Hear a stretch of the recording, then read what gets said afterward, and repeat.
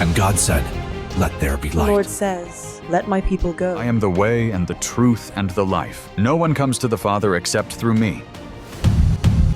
This is the Talkin' Bible podcast.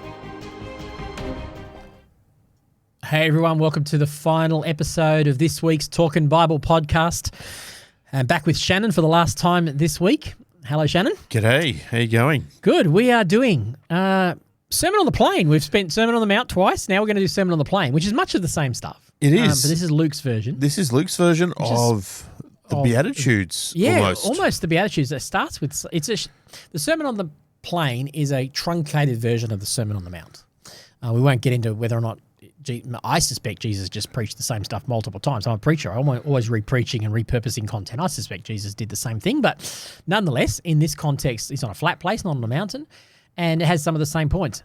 Although here, the passages we're looking at follow his version of the Beatitudes, and he kind of he puts his prophet on. He does. He puts his Old Testament prophet on. It's not just John the Baptist who was the Old Testament prophet. Jesus is getting into the game as well.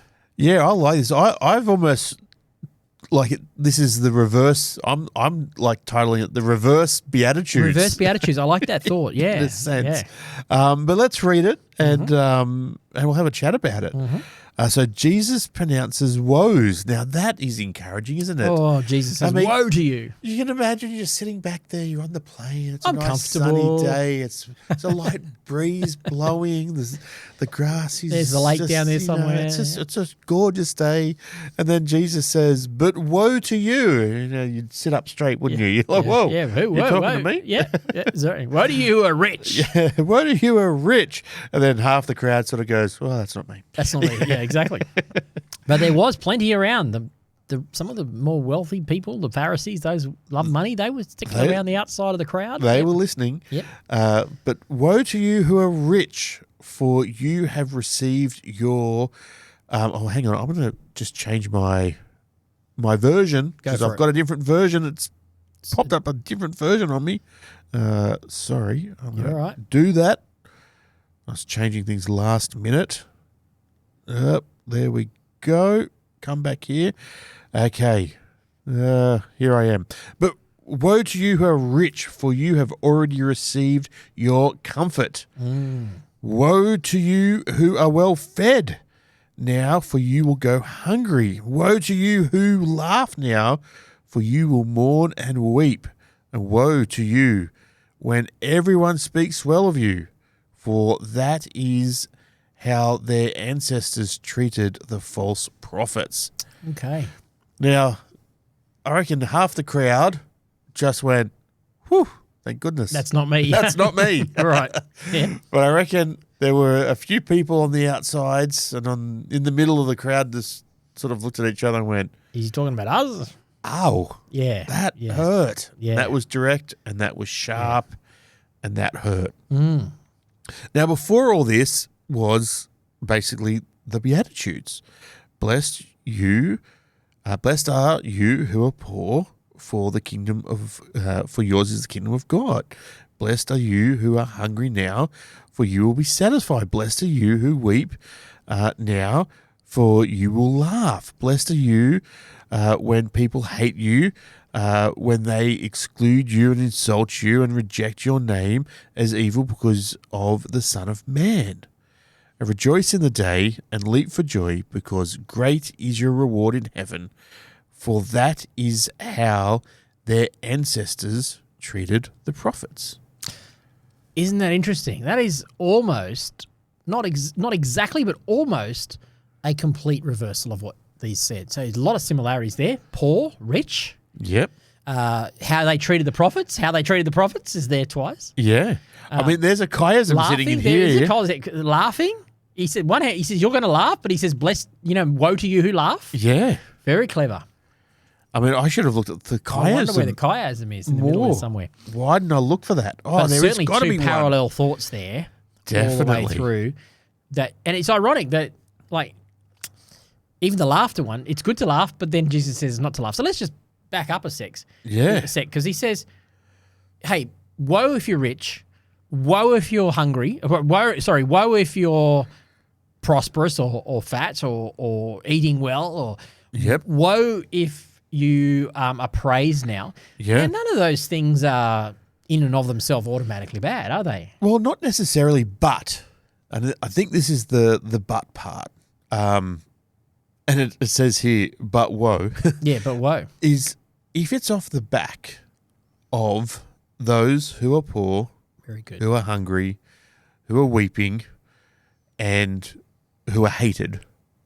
That is where That's I where the think woe comes. is where the So woe comes. it's not the wealth that's the problem. It's how you achieve the wealth that it could be the problem. exactly right. So if you've achieved wealth through honesty and caring for your employees, and you've worked hard and you've blessed your employees and they've got a healthy work culture, that's fine.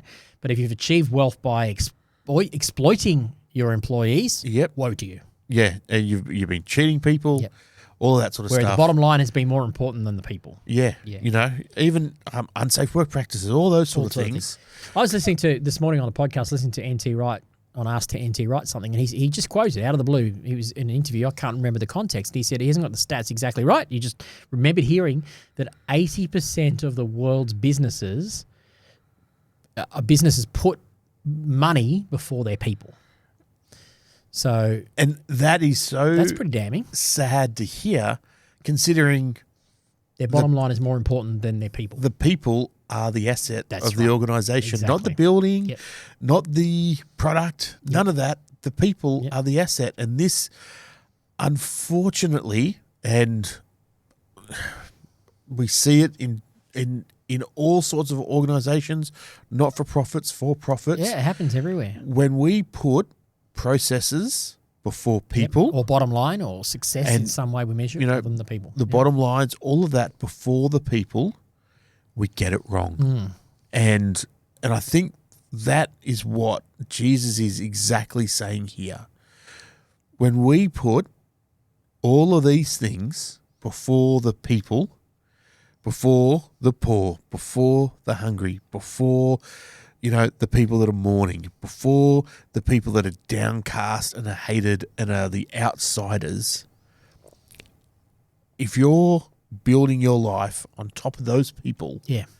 and you're taking advantage, if you're getting your wins that way, Woe to you. woe to you. Yeah. You should be taking care of the poor, Yep. taking care of the hungry, lifting up those that are outcast. Well, this that is are what I mean hated. by Jesus saying he's putting on his Old Testament prophet, because this is what they did. I mean, people often think, oh, the Old Testament prophets were all about predicting the future. No, they weren't.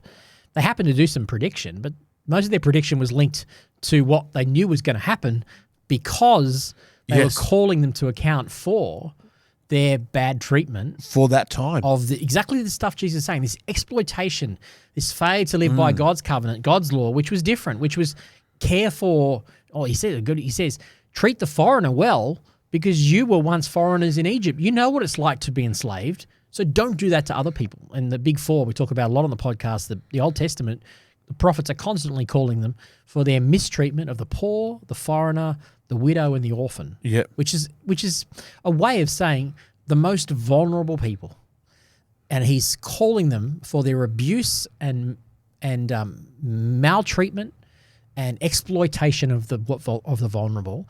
And the end result of that is future prophecy. Hey, that's all going to come crashing down on you, because you're going to end up in exile because you aren't living God's way, and that's the woe. Yep. And this is what I mean by Jesus doing this. This is all over the Old Testament prophets. Yeah. The alien, the widow, the orphan. Yep. Alien is in the foreigner. The foreigner. You know, Yep, the foreigner. Yep.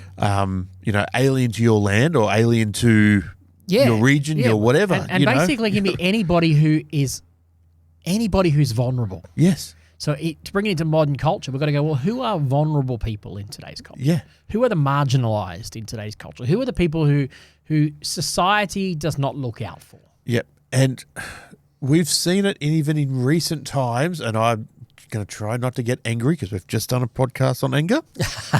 we're going to breathe, and we're not going to get angry about it. But we've even seen in our recent times, we've created systems in governments to look after some of the vulnerable people around NDIS. Yep. And it's been abused. And it's been abused, and people have been taken advantage of in those systems. Yep. And I get so angry about that because where people should be getting help, people have been abused in that help, and then people that have needed the help haven't been able to get it because there hasn't been enough money to help those that actually need it. That's right. That's an abuse of the that system. That's the just powers of this world. Gets doing me it. so angry. Well, here's another because example. people need help. People need help. Well, I'll give you another example of it. I've been following some statistics coming out of America, and without getting too political, there was a decision made to halt some foreign aid. The American to halt foreign aid to a particular program. I can't think what the program is called now. And it's actually been reversed because some Christians have spoken up about it, and they've actually reversed the decision to halt the foreign aid. What struck me more than anything about this was, I don't want to presume that, America is or isn't doing foreign aid. It was the fact that the percentage of money that was being halted that was going to potentially lead to tens of thousands of lives being lost was 0.01% of America's defense budget. Of the defense budget, not even their actual budget. So less than it was 0.1% of America's defense budget was what we were putting a hold on. And I just had to, when I heard that, I went, oh, hang on a second, something's not right here. I'm not saying a country shouldn't defend itself, but 0.1%? Yeah. So I'm glad that was reversed. And you could just put some perspective in this, that it just goes to show me how much wealth we have. And I'm going to read Isaiah 5 here, which sort of fits it. He says, what sorrow to you who buy house after house and field after field until everyone is evicted and you live alone in the land. So it's not against wealth, it's against how you get wealth. Yeah. And this is actually in our news at the moment. I mean, this whole idea about negative gearing and what do we do with negative gearing? And massive housing crisis. Exactly, got a housing crisis. And I have an investment property, right? And I'm grateful that we have an opportunity to have an investment property and negative gearing and all that sort of stuff. And I don't think if someone was to put their hand up and say we should ban all negative gearing, personally I would go, hang on a second. But I reckon by the time you get to your third or fourth or fifth house, your 15th, or your 15th or your 150th house, I think negative gearing shouldn't be in the system at that point because there are a lot of weak and vulnerable people. I mean, I understand that some people use it as their investment and all that sort of stuff, but there's got to be somewhere. Where's the balance? Where's there a balance of justice here? And if we're just borrowing up house after house after house after house at the expense of others, I think this is where we come into this woe to you that Jesus is talking about. Jesus actually has something to say about the way we use our money and our power, use it to speak up for the Proverbs 31. I used it earlier this week. Speak up for those who cannot speak up for themselves. That's part of the kingdom life. Yeah, and justice is such a big part in this. And so when we want justice in our world, in our society, it is standing up for those that can't stand up for themselves. Yes. Yeah. Speaking up for those that can't speak up for themselves. That's right. And it is everywhere we look. Yeah. And we can turn a blind eye to it.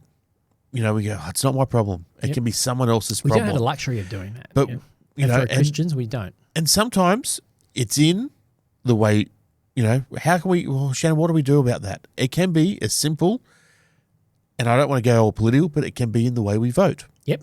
It can be in the choices of what we purchase. Well, even yesterday, Jeannie quoted Mother Teresa saying, if you can't feed 100 people, feed one. That's the mentality. The choices we make every day can make a difference. Yeah, exactly. And when we go, oh, but it's just too hard, it's just me, well, guess what? If we all do our part, things change. This upside down kingdom of God stuff. Exactly right. But we've got to start living in the upside down kingdom. Yeah, that's right. If we don't live it out, nothing changes. It's sobering because we often think, okay, I'm a Christian. I was chatting about this with some people today, how easily we can get to that point where we go, oh, I'm a Christian now. I've got my ticket. I don't really need, there's no implications for my life. I don't really have to think about how I live my life because Jesus loves me and Jesus cares for me, and when I die, I'm going to heaven. That's what we're called to, though. But that's not what we're called. That's not the gospel. That's not the gospel. No. And that's not the kingdom of heaven. No, it's not the kingdom of heaven. The kingdom of heaven is not a fishbowl. No. Good point. Elaborate on that. That's really good. The kingdom of heaven is not a fishbowl. Yep. We're not put into it of going, I've got my golden ticket now. Yep. I'm put in the fishbowl and I can swim around and forget about life. Yep. I've got my 2-second memory and I don't need have to worry. And here's the thing: That is not what we're there's called more to it than that. In fact, the fuller life, Jesus would say, the most abundant life, the table prepared in the presence of our enemies, is actually found in going deeper into sacrifice. You betcha. The more you give up. I was talking about this with Mary this morning in our prayer meeting, and saying, she made the point of like, we open the door and step inside and we close the door. I said, actually, we open the door of God's grace and we step inside and we look around and we go, this is nice. It's better than out there. But Chock we don't it realise open. we're actually just in the foyer. Yeah. You know, and chock the door open. Chock the door open. That's right. Yeah, let others in. Let others come in as well. But we think we've arrived, and we're in the foyer with the banqueting tables in the next room. Yeah. But the way to get in the next room is a deeper level of sacrifice. Is now Jesus has paid everything for me. I'm going to live for Him. Yeah. I'm going to not buy up house after house. I'm not going to just live for myself. I'm going to find the fuller, richer life in a life that is the poor. Blessed are the poor. Blessed are those who give up. If you want a happy life, start serving people. Yeah. If you want a happy life, Yeah. seriously, Turn the thing upside down. serve people. We talked Like, about it yesterday, not getting angry. You know, if you can do something for others, Yeah. you can break the back of that stuff. I get an opportunity every year to serve on this is amazing on what you camps. guys do. Yeah. And Twice a year, yeah? yeah, twice a year Yep. on the camps for Southern Cross kids and another camp called Sync. So 3 camps a year. 3, is it? Yep. That we get to be a part of. And you're caring for the most vulnerable kids in these situations. For 2 of the camps, yes. Right. And is it heartbreaking? Yes. Because we see kids that in really vulnerable situations. And it breaks your heart because my kids aren't in that situation. Yeah, right. Yeah. And with compassion, you show up to help these kids. Yep. And it is a bit heartbreaking because you want the best for these kids. But we have 5 days with them. Yep. And so And limited resources. and Yep. you serve with everything you've got. We will give all the energy, everything we've got, we're going to give because that's what we've got. We've got 5 days and we can make a difference in 5 days. Yeah. And we do make a difference in 5 days because in 12 months later, those kids come back and they are different. Yeah, great. They are different kids. You've transformed them in some way.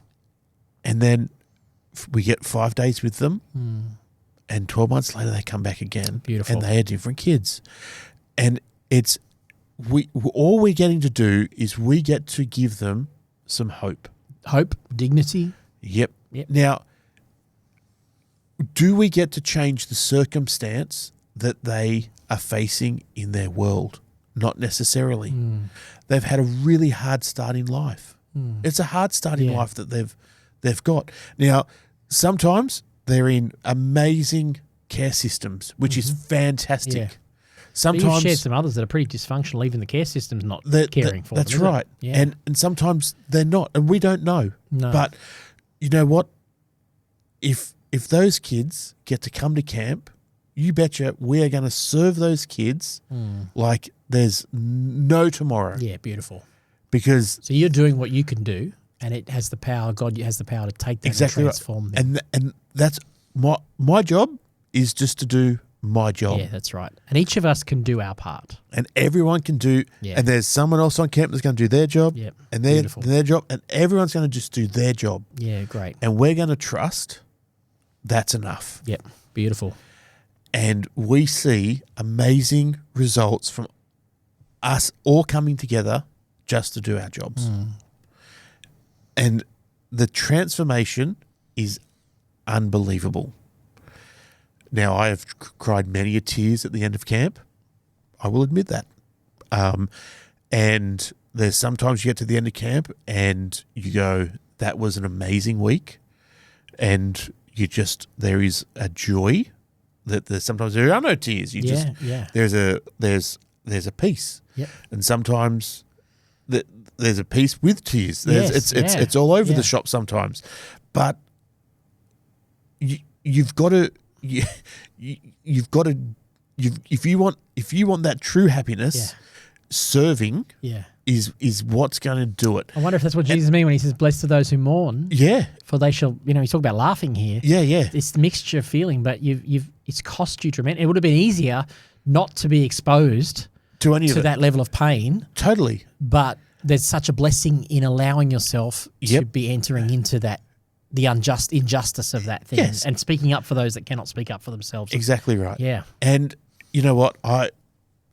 It's 20 odd years now I've been doing it, and it's still the best week. Yeah, you've said that before to me. Of my life. Now, I get to Friday night. You're completely exhausted. But it's so rewarding, I'm assuming. Totally. Yeah. Some Thai food on the lounge. I won't meet. You don't move. I don't make the second half of the football that night if I'm watching the football. What, even if Souths are playing? And yeah. I will fall asleep. We're exhausted. Yeah. But it is so worthwhile. Yes. Now, I look at these verses and I go, is this what we're talking about now? Saying. In Isaiah 65, there's a remez back in here to that. My servants will sing out of the joy of their hearts, but you will cry out of the anguish of the heart and wail in brokenness of spirit. And I go, wow, that the servant, my servants, will sing. Yeah. And when we get this right, wow, things can change. When we put our hands up and go, it's just too hard. It's all just too hard. No, it's not. No, we can do our part, folks. We can play our part. Each of us can play our part, and it's about asking the Lord, what have you got for me? Yeah. How do I break the back of exploitation? How do I add value to others? And there are multiple ways you can do it. There's no shortage of ways to examine how you can be involved in righting unjust systems. Totally. Yeah. Totally. And, the encouragement is to serve. Find a way and do it. Yep. And add value to others. And even if you're saying, oh, you don't understand, I've got anxieties, I've got these worries, I've got these concerns. If you want to, and this is my opinion, Pastor Rohan, you tell me if I'm wrong, but if you want to get over those anxieties and those worries and those concerns, start serving someone else and lift your burdens off you. One of the best ways you can do it. Yeah. Do it by serving someone else. And that's not saying burn yourself out. No, not at all. But there is a sense in which one of the best ways to overcome self-pity or your own challenges is actually to put yourself out for others. Yeah. Yeah, definitely. And to do it in all wisdom. Yep. Yeah, that's right. Seek wisdom. But we can all do something. And use your gifts. Use your gifts. Yeah. If your gift is serving a coffee at church on a Sunday, get on the roster and do that. That's right. If it's, I don't know, cleaning, if it's doing or if techie you stuff, have wealth and you're able to give wealth. That's right. We got one of the ladies in one of our locations that says she could retire now, but she's put a lot of work into her education and she's gotten to a point where she says, actually, I feel called to keep earning money so I can keep funding LCV. I can keep putting money in there to help others. And she says, I could retire, but this isn't the right time yet. And she told me that recently. She said, because I believe that God has put in me. That's her calling. That's her gift. To use my ability to earn money to continue to fund God's work through our charity. How beautiful is that? I think it's wonderful. Yeah. Yeah. That's the sort of thing we're talking about. We can always, I just think we can do. Yeah, we can. We can find something to do. All right. Good stuff. Wonderful. Let's not be the woe to yous. Let's be the blessed ones. Yes, and that's right. We are blessed. We are blessed by God. Favor. The favor of God is on us. Amen. All right. Well, thank you, Shannon. Thanks for this week. Thank you, Pastor Rohan. Thanks, everyone. Talk to you on next week's episode. See you then.